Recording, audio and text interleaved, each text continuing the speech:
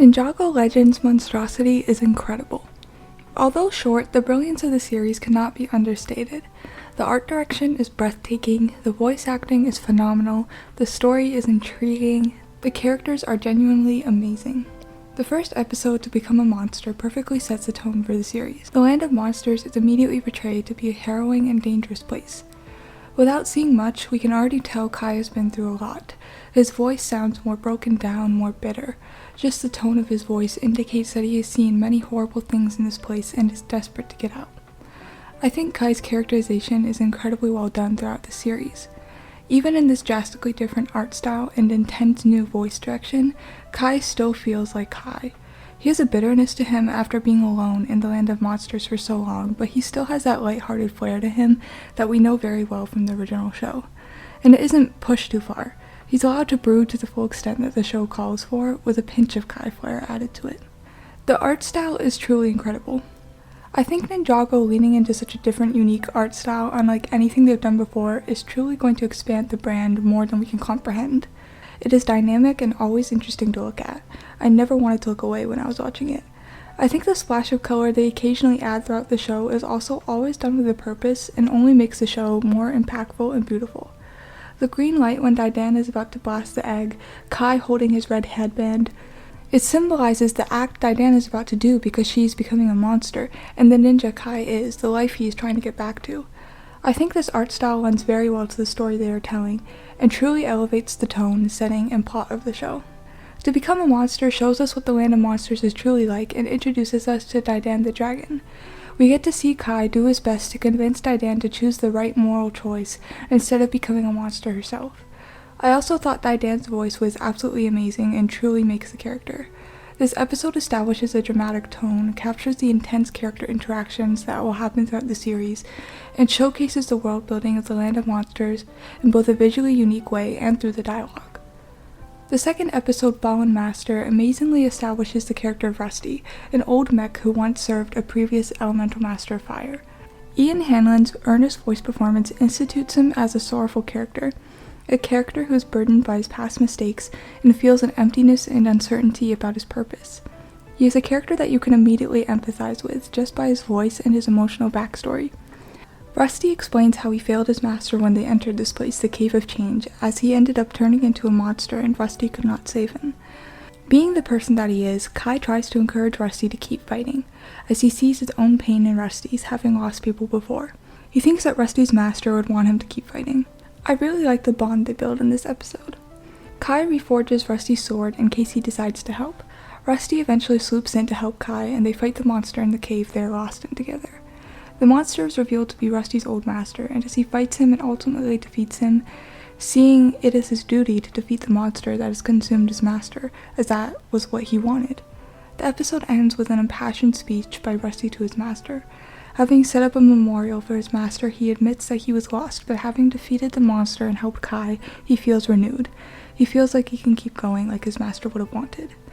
I also love how the yellow glow of Rusty's fire symbolizes the protective and defiant streak of his personality. I overall find Rusty to be an extremely likable character, and I enjoy his dynamic with Kai immensely. This episode also heightens the toll the land of monsters is taking on Kai, as he says he cannot lose himself, indicating that he is feeling himself slip away more and more. It's interesting to note that in the first episode, Kai is determined to help the baby monster because it doesn't deserve to be destroyed. It's a selfless act. In this episode, when Kai meets Rusty, he says that he needs Rusty's help. Although he encourages him to keep going and shows sympathy for his situation, Kai seems to be leading with the idea that he needs to get out of here, not that he needs to get Rusty out of here. It's also interesting to note the difference between the two main characters Kai interacts with in the series, Didan and Rusty. Didan is extremely bitter and full of anger from being in the land of monsters, extremely hardened from her pain and exposure to the sorrow of the land. Rusty, however, is mostly unaffected by the land of monsters, instead tormented by his inner pain.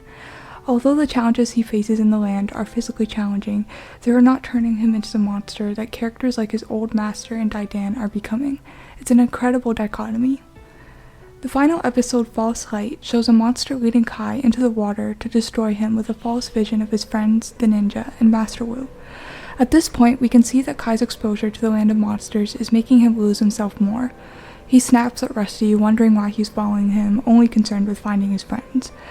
Kai chasing after the vision of Master Wu was extremely emotional. The desperate yet hollow and exhausted tone of his voice as tears fall down his face is so impactful. We can tell how alone and lost he is, and how he just wants all of this to end. Kai sees a reflection of the ninja in water and is convinced by the monster manipulating this reflection that if he goes in the water he can finally get home. He has been lost for so long, seen so many insane things, he would try anything. Rusty tries to warn him that the water won't lead him to the ninja, but the land of monsters has gotten to Kai so badly that he doesn't believe what Rusty is saying and starts to submerge himself in the water. Seeing Kai slowly sink into the water in a desperate attempt to free himself from his loneliness and pain is chilling, and definitely one of the darkest scenes in Ninjago's history. Didan finds Kai and Rusty at the water, but sees an image of the baby she lost to a monster. She starts to walk into the water as well. Rusty tries to tell them that it isn't real, but it's so convincing they don't listen to him. He ultimately sees a reflection of his old master in the water, trying to convince him to join the same fate as the others, promising him his purpose, the thing that has been eating at him for ages. Rusty, however, sees through it, once again showing the difference between him and Didan. Perhaps as a mech, it protects him from being manipulated like the land of monsters manipulates humans and dragons. Rusty declares that he has found his purpose, and attacks a monster that is luring his friends into the water in order to save them. He knows that Kai is important, and does not want to fail him like he did his master. He sees his purpose as protecting any master of fire who has a good heart. He uses the last of his fire to sacrifice himself and strike a substantial blow to the monster, ultimately releasing Kai and Didan from the grip the visions had on them. I think Rusty's arc throughout the series is perfect, and shows how knowing Kai and getting another chance to be courageous and heroic granted him his purpose. His sacrifice makes me low-key very sad, but it's a great moment that provides a wonderful ending to the series. Didan saves Kai after the sacrifice, and Kai is able to land the final blow on the monster, defeating it once and for all.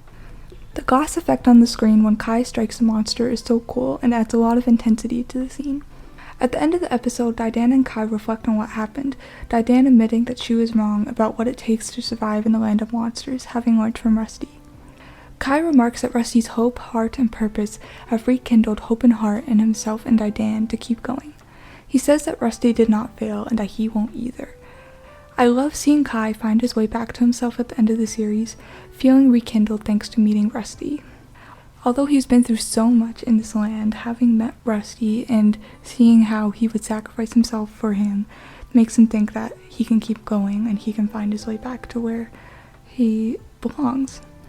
One other quick note that I want to add is that the music in the series is absolutely incredible. Like, it just blows me away. It's so beautiful and it fits the show so well. I think the biggest pitfall of this series is its runtime. Each episode is very short, only about 5 minutes each. I think with more time they could have added more depth, but with the limited time they had, I still think they did a great job with making the audience care about the characters. And they did so much visually to showcase the land of monsters and the emotion and personality of the characters. It's really impressive what they were able to do with the short runtime. But I do think the series could have benefited more with some more time, and hopefully if they keep this series going, we could see that in the future.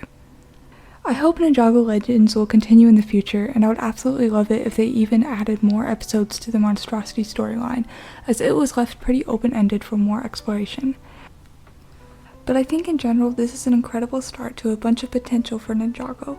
Despite the short runtime, this is still a great starting point for new experimentation with more mature storytelling in Ninjago, and new exciting art styles and creative decisions. I truly think Ninjago Legends Monstrosity could be very well enjoyed by anybody, even if they've never seen a single episode of Ninjago. This could expand Ninjago so much farther, allowing it to have an even more expansive and promising future. This show is a great first sign at how they can innovate with the world of Ninjago. The characters' world and storylines can be stretched in so many directions, which we got a taste of with the Ninjago Legacy shorts, and this is a great step forward in proving that even more. The show is also very well suited for an older audience, allowing Ninjago to be seen as even more of a brand that older people can enjoy as well. Not that you can't already. Overall, I think Ninjago Legends Monstrosity is a phenomenal show, not only as a creative piece, but as a new addition to Ninjago overall, expanding it forever. Also, Vincent Tong is my favorite voice actor. I love him. Go off, man. You went off. Thank you for adding so much to Kai. I love you so much.